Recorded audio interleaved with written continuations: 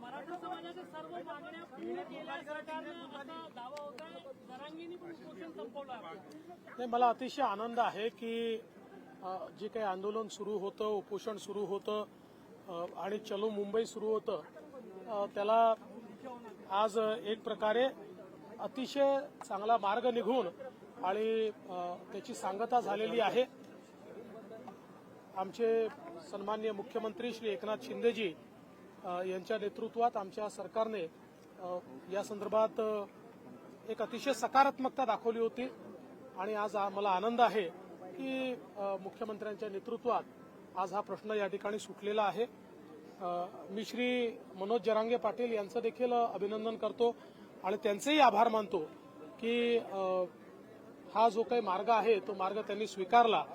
कारण आम्ही सुरुवातीपासून हे सांगण्याचा प्रयत्न करत होतो की जो काही मार्ग आहे तो आपल्याला कायदेशीर काढावा लागेल, कायद्याच्या आत राहून काढावा लागेल, संविधानाच्या आत राहून काढावा लागेल आणि म्हणून सरसकट आपल्याला करता येणार नाही. मात्र ज्यांच्याकडे नोंदी आहेत त्यांच्या रक्तनात्यातल्या लोकांना आपल्याला ते देता येईल आणि त्या संदर्भात सर्वोच्च न्यायालयाचे देखील आदेश आहेत, त्या संदर्भात संविधानाची देखील तरतूद आहे आणि त्यामुळे अशा प्रकारचा मार्ग जर निघाला तर त्यातनं ज्या काही अडचणी आहेत त्या अडचणी आपल्याला दूर करता येतील आणि मला आनंद वाटतो की हा जो काही मार्ग आहे तो मार्ग सरकारने त्या ठिकाणी स्वीकारला आणि आंदोलक असलेले श्री मनोज जरांगे पाटील यांनी देखील स्वीकारला.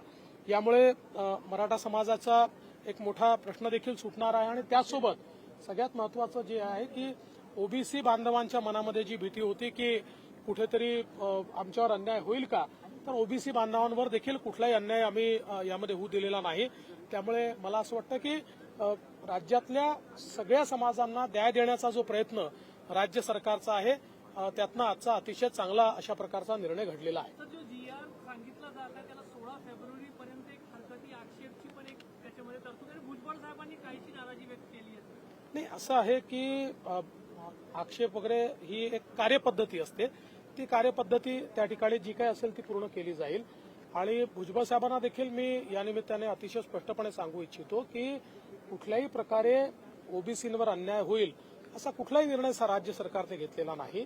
किंबहुना जी काही त्या ठिकाणी नोंदी असलेल्यांना प्रमाणपत्र मिळण्याकरता ज्या अडचणी येत होत्या त्या अडचणी आपण दूर केलेल्या आहेत. ज्यांच्या नोंदी नाहीत किंवा ज्यांच्याकडे कुठला पुरावा नाही अशा लोकांना देण्याच्या संदर्भातला निर्णय नाही आहे. तर ज्या लोकांचा खऱ्या अर्थानं कायदेशीरदृष्ट्या अधिकार होता पण त्यांना ते मिळत नव्हतं किंवा त्याच्यामध्ये खूप कार्यपद्धती क्लिष्ट होती किंवा कार्यपद्धती अशी होती की त्यांना ते मिळूच शकत नव्हतं, अशी कार्यपद्धती सोपी करून त्यांना मिळण्याचा रस्ता मोकळा केला आहे. त्यामुळे मला असं वाटतं की या सगळ्या गोष्टीचा अभ्यास केल्यानंतर भुजबळ साहेबांचं देखील या ठिकाणी समाधान होईल.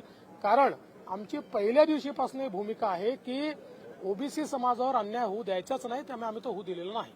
देवेंद्र जी, हिंदी में बताया कि मराठों का जो आरक्षण की बात चल रही थी, मार्च किया जा रहा था, कहीं न कहीं लग रहा है थम गया, और किस तरीके का आश्वस्त किया अध्यादेश निकाला है आप लोगों ने? देखिए, मुझे इस बात की बहुत खुशी है कि ये जो मराठा समाज का एक प्रश्न और जिसके ऊपर आंदोलन चल रहा था, मार्च चल रहा था, उस पर हम लोगों ने एक सोल्यूशन निकाला है. हमारे मुख्यमंत्री जी ने एक बहुत अच्छा निर्णय लिया है जिसके कारण जो आंदोलन करता थे श्री मनोज जरांगे पाटिल, इन्होंने भी उसको मान्यता दी है.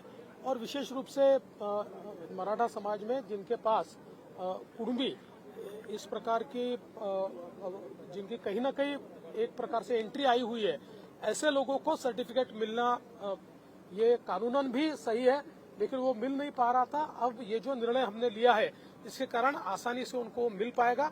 और ये सारा निर्णय लेते समय हम लोगों ने ये भी प्रयास किया है कि किसी भी प्रकार से ओबीसी के ऊपर कोई अन्याय न हो, तो उस प्रकार से इस निर्णय को लिया गया है. और मैं आंदोलक श्री मनोज जरांगे पाटिल इनका भी अभिनंदन करना चाहूंगा कि उन्होंने भी संविधान के तहत या सुप्रीम कोर्ट के ऑर्डर के तहत जो चीज हो सकती है उसी चीज को उन्होंने मांगा और उस चीज को हमने दिया है. सर, तुमचं आरक्षणाचा प्रवास सिक्युरिटी पिटिशन पण आहे आणि सर्वेक्षण पण एक सुरू आहे. नाही, या दोन्ही गोष्टी सुरूच असतील. कारण शेवटी ज्या लोकांकडे कुठल्याच नोंदी नाहीत, रक्तनात्यातही नोंदी नाहीत, त्यांचाही प्रश्न आपल्याला सोडवावा लागेल. त्याच्यामुळे हा एक मोठा समाज आहे, तर त्याकरता या सगळ्या जे काही सर्वेक्षण आहे ते सर्वेक्षण चाललेलं आहे आणि दरम्यानच्या काळात क्युरेटिव्ह पिटिशन देखील लागली आहे. क्युरेटिव्ह पिटिशन सक्सीड व्हावी असा आमचा प्रयत्न आहे, पण काही कारणाने त्याच्यामध्ये आवश्यक किंवा अपेक्षित रिलीफ मिळाला नाही तरी देखील आपण जे काही सर्वेक्षण करतोय ते सर्वेक्षणच जो काही सुप्रीम कोर्टाने आदेश दिला होता ज्या आदेशामध्ये त्यांनी ज्या डेफिशियन्सीज पॉइंट आउट केल्या होत्या त्या डेफिशियन्सीज पूर्ण करण्याकरता हा सर्व्हे चाललेला आहे त्याच्यामुळे हा फॉलबॅक ऑप्शन आपण त्या ठिकाणी ऑलरेडी घेतलेला आहे. सर छगन भुजबल जी ने कहा कि जो आंदोलन के दौरान पुलिसकर्मियों पे जो हमला हुआ जहां आगजनी हुई उन लोगों पे जो मुकदमे वापस लेने की बातचीत की जा रही वो न्याय संगत नहीं है. देखिए आंदोलकों के ऊपर के मुकदमे वापस ले रहे हैं. पुलिस को सीधे जिन्होंने मारा है जिन्होंने किसी का घर जलाया है ऐसे लोगों के ऊपर के जो मतलब केसेस है न उसकी किसी ने मांग की है न उसके ऊपर कोई निर्णय हुआ है. सर कुछ समय पहले तक आप बिहार के प्रभारी भी थे. नीतीश कुमार जी का जिस तरीके से एनडीए की तरफ आना क्या लग रहा है कि इंडिया गठबंधन कहीं न कहीं टूट गया है? कि इंडिया गठबंधन वैसे तो पहले दिन से चरमरा रहा है. बाकी मैं तो महाराष्ट्र का नेता हूँ महाराष्ट्र की राजनीति देख रहा हूँ इसलिए इसके ऊपर मैं आज कोई कमेंट नहीं करूंगा लेकिन मुझे खुशी है इस बात की कि सभी लोग मोदी जी के नेतृत्व पर विश्वास रखते हैं. बिहारचा इम्पॅक्ट महाराष्ट्रावर पण होईल.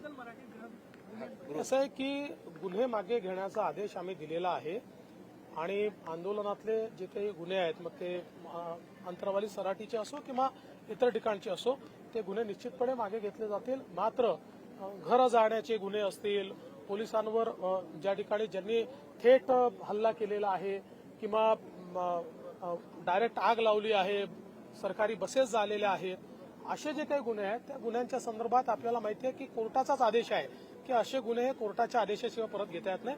बाकी सगळे जे गुन्हे आहेत आंदोलनातले ते सगळे आम्ही परत घेतो. देवेंद्र काल पुण्यामध्ये आंदोलन कव्हर करताना काही पत्रकारांना मारहाण झालेली आहे. पोलिसांकडून जी मारहाण करण्यात आली त्याच्यावर कारवाईची मागणी आहे. निश्चित मी त्याची माहिती घेईल आणि कुठेही पोलिसांनी जर अतिरेक केला असेल तर त्याच्यावर कारवाई केली जाईल. शेवटी पत्रकार आपलं काम करत असतात त्याच्यामुळे निश्चितपणे कुठल्याही परिस्थितीमध्ये पत्रकारांना अशा कुठल्या गोष्टीला सामोरं जावं लागू नये याची काळजी घेतली जाईल.